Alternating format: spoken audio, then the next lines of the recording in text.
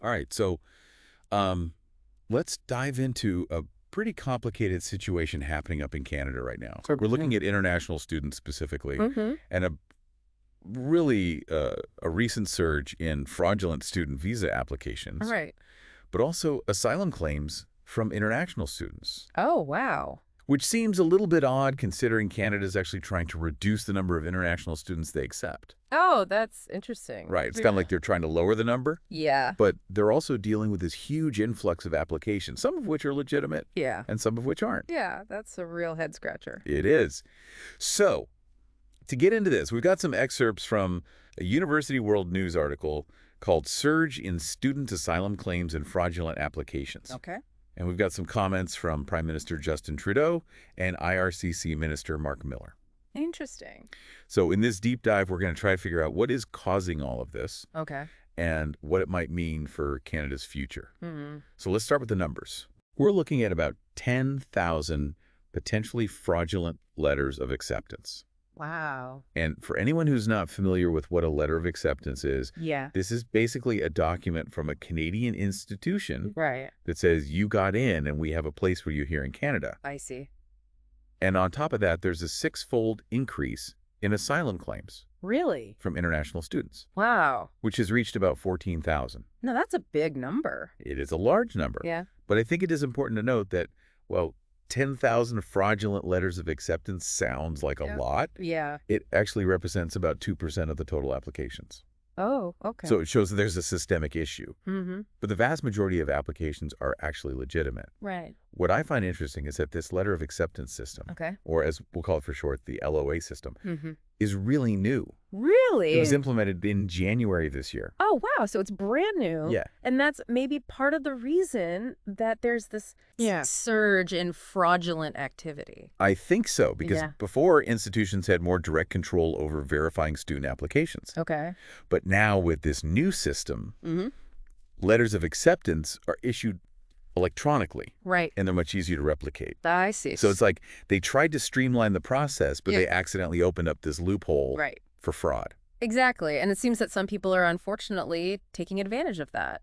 Right. And even Prime Minister Trudeau has weighed in on this. Oh, wow. He talked about people using the system as like a shortcut Yeah. to residency or citizenship. Oh, wow. And IRCC Minister Miller actually called it.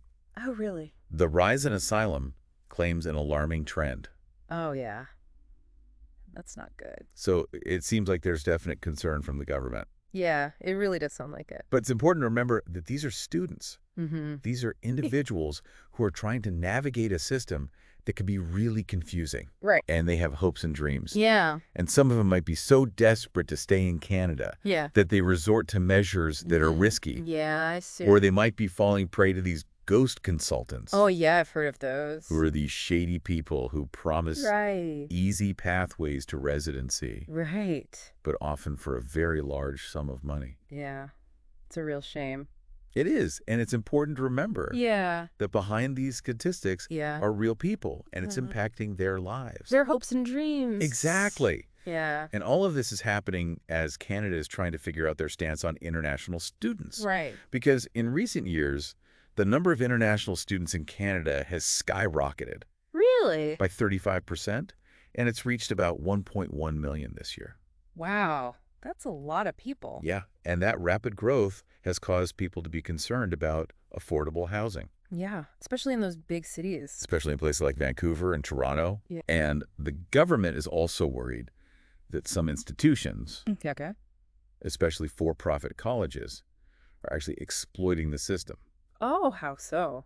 and enrolling more students than they can actually accommodate. Right. Minister Miller even compared them to puppy mills churning out diplomas. Oh, wow. So it seems like there's Yeah. a pretty serious concern about the quality of education Yeah. that's happening at some of these places. Yeah. And are they doing anything to address this? Well, they're planning to reduce international student admissions by 10% Okay.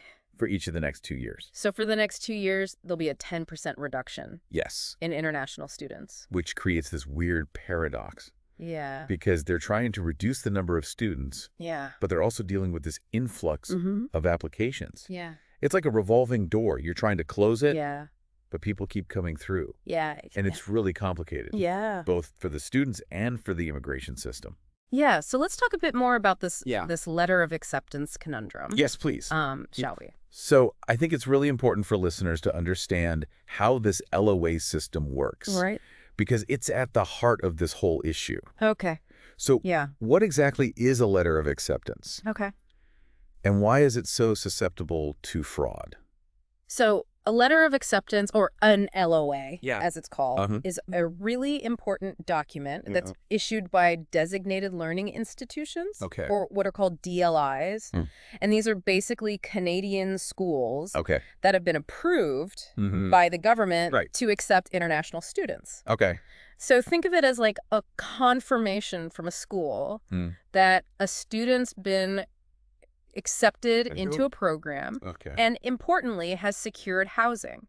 So it's not just about getting in, it's about making sure that you have somewhere to live. Right. Exactly. Especially considering, you know, all the housing concerns we were just talking about. The problem is that, as we've seen, these LOAs are pretty easy to fake. They don't have a lot of security features, which makes them really vulnerable to forgery. Which makes me wonder, like, if they're so important, and they're so easy to fake, why weren't they designed with more security in the first place?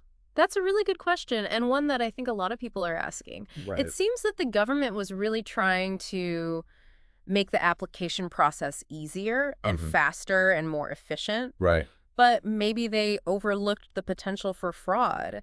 And there's this Canadian immigration consultant. Her name's Annie Beaudoin. And she said that they're very easy to replicate. They're not a secure document. And that the large number of fake LOAs is impacting the integrity of the student visa program. Yeah, that's a pretty serious statement. It is. So is the government doing anything to fix this?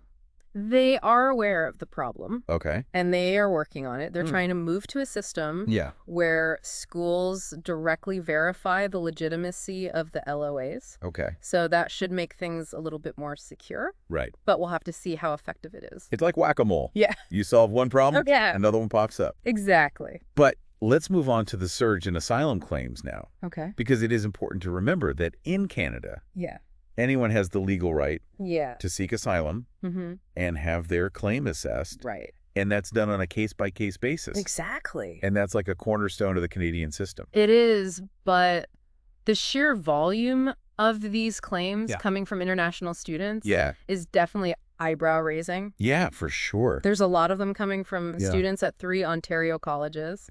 Niagara College, Seneca College, and Conestoga College. I see. And Minister Miller actually said that a lot of these claims don't pass the smell test. Oh, wow. And that he suspects that some students are being advised to claim asylum just so they don't have to go back home when their visa expires. So essentially using asylum as a way to stay longer. Yeah, exactly. Which is ethically murky. Right. Because on the one hand, you have people who are genuinely seeking refuge. Right. But then on the other hand, you have those who are trying to exploit the system. Yeah, that's a hard one.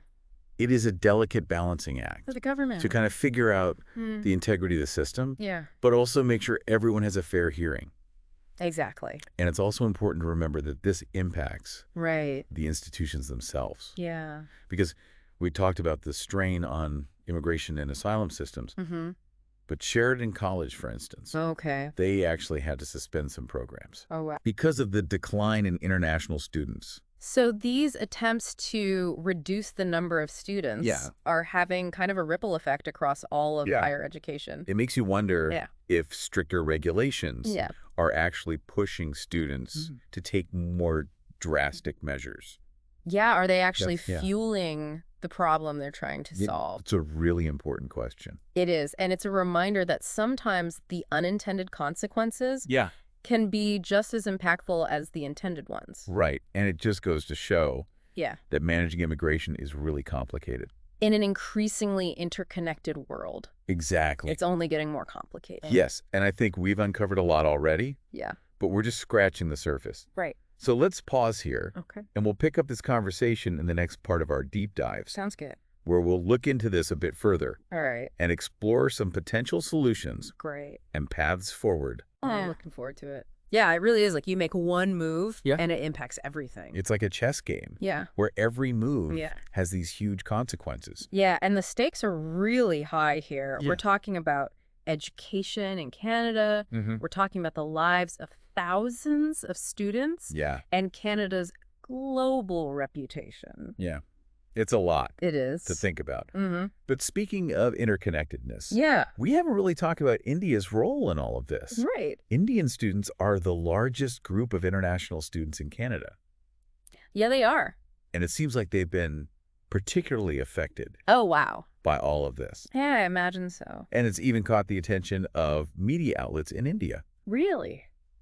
The Economic Times published an article about Indian students who are caught in this whole LOA web. Yeah, it makes sense that it's resonating beyond Canada's borders. Yeah. I mean, for a lot of Indian students, studying in Canada is like a pathway to a better life. Yeah. You know, a chance to improve their skills and potentially immigrate permanently. Right. It's a huge opportunity. It is. And that's why this whole situation is so concerning. Yeah, it's not just about the numbers or the policies. It's about people's lives. It is. It's about people's dreams and hopes being shattered.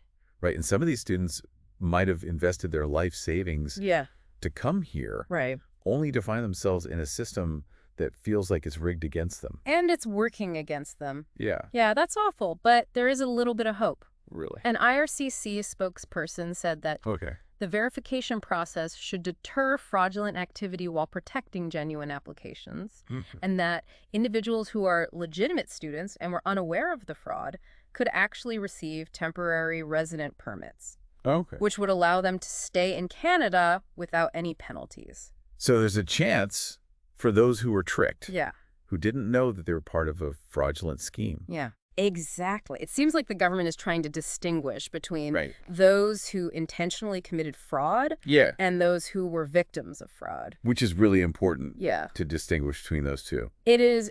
It's a hard balance to strike. Yeah. Because they're trying to maintain the integrity of the system. Right. But also recognize that there's a human cost to these policies. Right. And we can't just assume that everyone is the same. Right. Everyone's got different motivations, Yeah. different experiences. Right. This is a nuanced issue. Exactly. And this brings us to a point that's often overlooked in these discussions. Yeah. The role of the educational institutions in all of this. Right. We've talked about the students. Yeah. We've talked about the fraudsters. Right. We've talked about the government. Yeah. But what about the schools? What about them? What about the institutions that are welcoming these students? Yeah. Are we talking about the bad actors? Those Yeah. for-profit colleges that Yeah. over-enroll students Yeah, one's and put profit over the quality of education. right. Ah. Exactly. But it's not that simple. Okay. Well, there are definitely some bad apples. Yeah. There are also schools Right. that really rely on international students. Yeah. They rely on them for the financial contributions, but they also rely on them for the diversity they bring. Exactly. It's like any industry. Yeah. There's going to be good and bad. Exactly. You can't just condemn the entire system Right. because of a few bad actors. And in fact, this whole situation with the fraudulent LOAs Yeah. has really highlighted how vulnerable those institutions are that are doing things the right way. And you get caught up in the mess. Yeah, their reputation gets tarnished because of the actions of a few bad actors. Right. It's like a domino effect. Yeah, one unethical action can impact Yeah. the whole system. So what can we do? Well, I think it starts with more accountability Okay. from everyone involved, educational institutions and the government. Okay. We need better oversight, Yeah. stricter safeguards, Mm-hmm. and a better system to identify and address this fraudulent activity. Right. But we also can't forget Right. about the positive aspects. Yeah. International education, Yeah. cultural exchange, the value that these students bring to Canada. Absolutely. It's about finding that balance Yeah. between protecting the system and creating an environment that's welcoming and supportive. Right. So where do we go from here? Yeah, that's the question. What are the paths forward? Yeah, it feels like Canada's at a crossroads. Yeah. They need to figure out what kind of country they want to be. What are your thoughts on this? I think the first step is to acknowledge how complex this is. Yeah. There are no easy answers here, No. no quick fixes. It's going to take It's multifaceted. a lot of collaboration. It is going to require collaboration between the government, the schools, and the students themselves. Right. And it seems like a really huge undertaking. It is, but if Canada wants to keep their reputation Yeah. as a place that's welcoming to international students, they need to act quickly and Yeah. decisively. It feels like this is bigger than Canada. It is. This is a global issue. It's a reflection of the challenges Yeah. and opportunities of globalization. Yeah. The world's becoming more and more interconnected. Yeah. And the way we manage Yeah.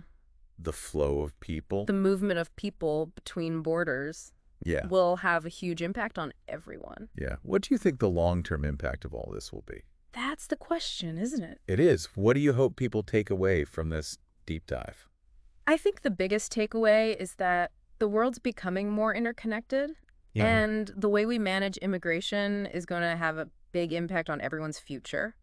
We need to think about this with pragmatism, but also compassion. We need to recognize that this is a complex issue and that there are human stories at the heart of it.